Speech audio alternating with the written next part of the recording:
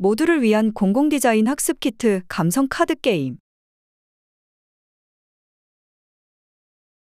공공디자인은 다양한 사람들을 위해 실행되는 것을 전제하므로 사람과 환경의 상호작용에서 제일 먼저 반응하는 감정을 통하여 공공환경에서 느껴지는 감정 표현을 촉진하고 언어구사 능력을 기르는 데 목적을 둡니다. 이러한 목적에 따라 초등학교 저학년부터 고학년 그리고 중학생부터 고등학생과 대학생, 나아가 전문가를 포함한 일반인 모두를 대상으로 활용할 수 있습니다. 본카드는 자체적으로도 한 단위의 수업이 가능하고 다른 지원 도구와 결합시켜 사용하는 것이 가능합니다. 따라서 국어, 영어, 도덕, 사회, 기술, 미술 등 다양한 교과 내용에 연계하여 활용할 수 있으며 진로, 창의 체험 활동, 필수 공통과목과 같은 비정규 교과 과정에도 연계하여 활용할 수 있습니다. 감성카드는 환경에 접했을 때 느낄 수 있는 총 36개의 국, 영문, 감정 표현 어휘로 되어 있습니다. 각 36개의 감정을 개별적으로 느껴볼 수 있으며 정반대의 느낌을 표현할 수 있는 18쌍으로 구성되어 있습니다. 나아가 36가지의 감정을 느끼게 하는 24가지 환경의 실제 현장 사진이 있으며 한 개의 실제 환경 사진에서 다양한 감성을 경험할 수 있습니다. 감성카드의 구성품은 다음과 같습니다. 케이스 안에는 36장의 감성 부분 카드, 24장의 환경 부분 카드와 설명서가 포함되어 있습니다. 감성카드를 이용한 게임 및 활용 방안으로는 총 7가지가 있으며 다음과 같습니다.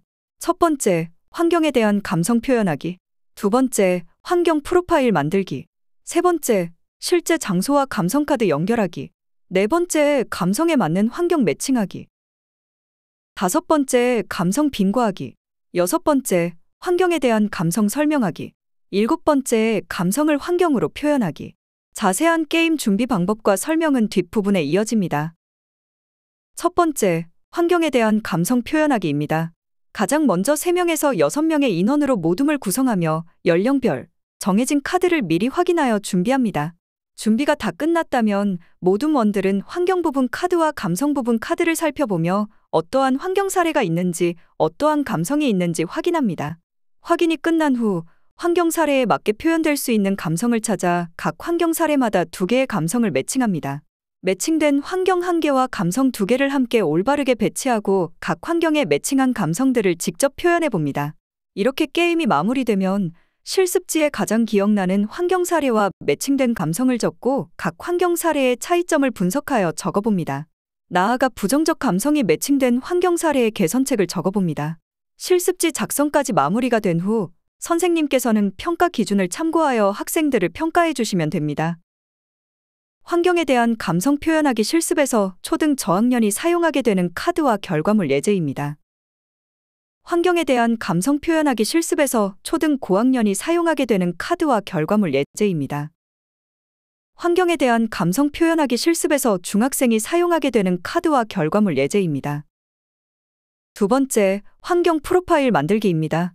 가장 먼저 3명에서 6명의 인원으로 모둠을 구성하며 연령별로 정해진 카드를 미리 확인하여 준비합니다. 준비가 다 끝났다면 모둠원들은 환경 부분 카드와 감성 부분 카드를 살펴보며 어떠한 환경 사례가 있는지 파악하고 각 환경 사례에 해당하는 상반된 감성을 확인합니다. 각 환경 사례에 해당되는 2개의 감성을 양끝에 배치하고 부정적 감성과 긍정적 감성 사이 단계를 표시합니다. 이후 단계에 따라 각 환경이 더 해당되는 감성 쪽에 환경을 배치합니다.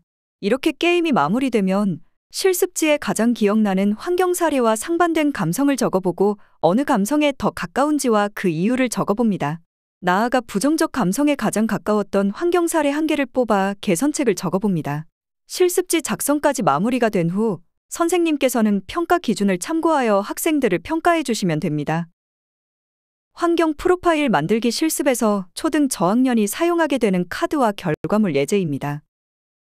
환경 프로파일 만들기 실습에서 초등 고학년이 사용하게 되는 카드와 결과물 예제입니다. 환경 프로파일 만들기 실습에서 중학생이 사용하게 되는 카드와 결과물 예제입니다.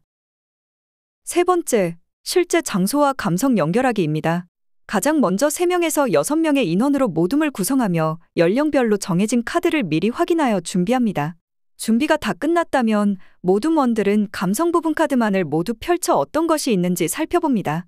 이후 자신이 알고 있는 장소, 예를 들면 학교 주변, 집 주변 등을 기억해보고 그 장소에서 느낀 감정을 감성 부분 카드에서 선택합니다.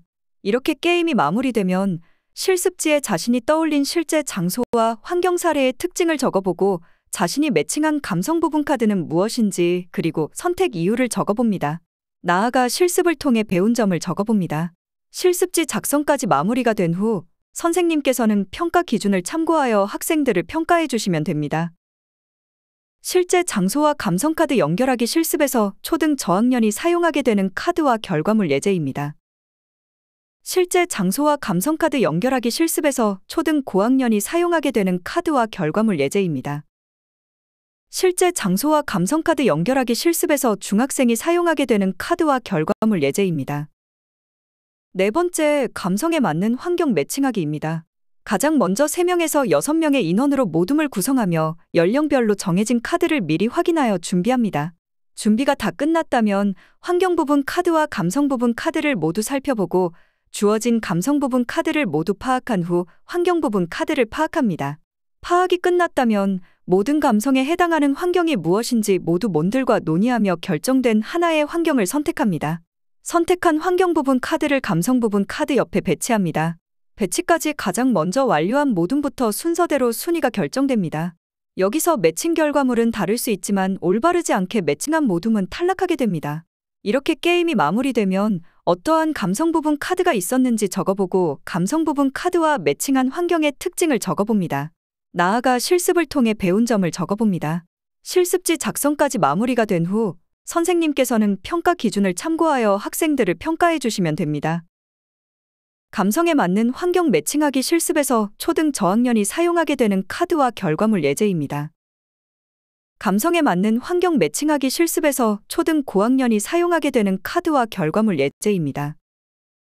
감성에 맞는 환경 매칭하기 실습에서 중학생이 사용하게 되는 카드와 결과물 예제입니다. 다섯 번째, 감성 빙고하기입니다.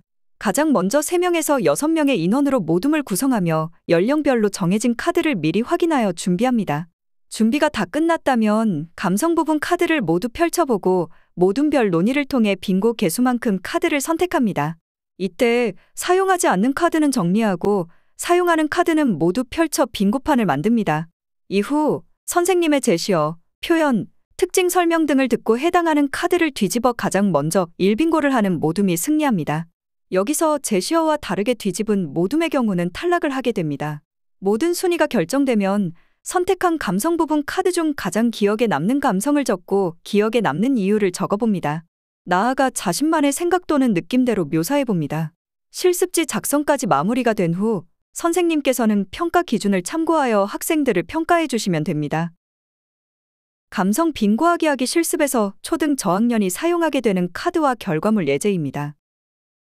감성 빙고하기 하기 실습에서 초등 고학년이 사용하게 되는 카드와 결과물 예제입니다. 감성 빙고하기 하기 실습에서 중학생이 사용하게 되는 카드와 결과물 예제입니다.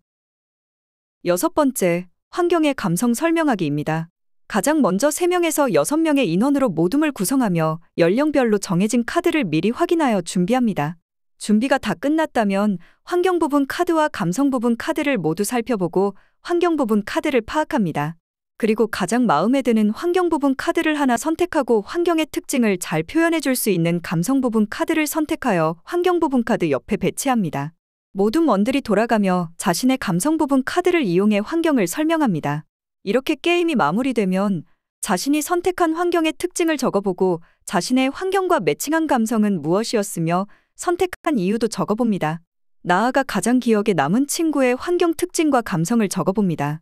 실습지 작성까지 마무리가 된 후 선생님께서는 평가 기준을 참고하여 학생들을 평가해 주시면 됩니다.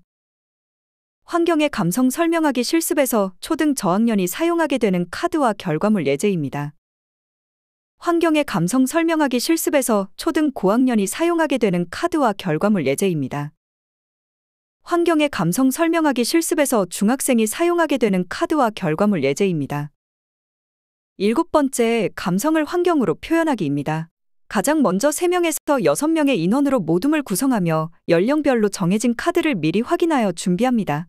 준비가 다 끝났다면 환경 부분 카드와 감성 부분 카드를 모두 살펴 어떤 감성 부분 카드가 있는지 확인하고 가장 마음에 드는 감성 부분 카드를 하나 선택합니다.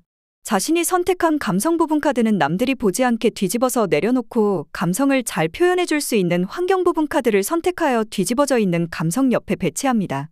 모든 원들은 돌아가며 자신의 환경 부분 카드를 이용해 감성 부분 카드에 힌트를 줍니다. 이때 감성을 직접적으로 언급하지 않고 내가 카드 속 환경을 길을 가다 봤었는데 그때 이런 감정을 느꼈어 등과 같은 경험을 중심으로 설명합니다.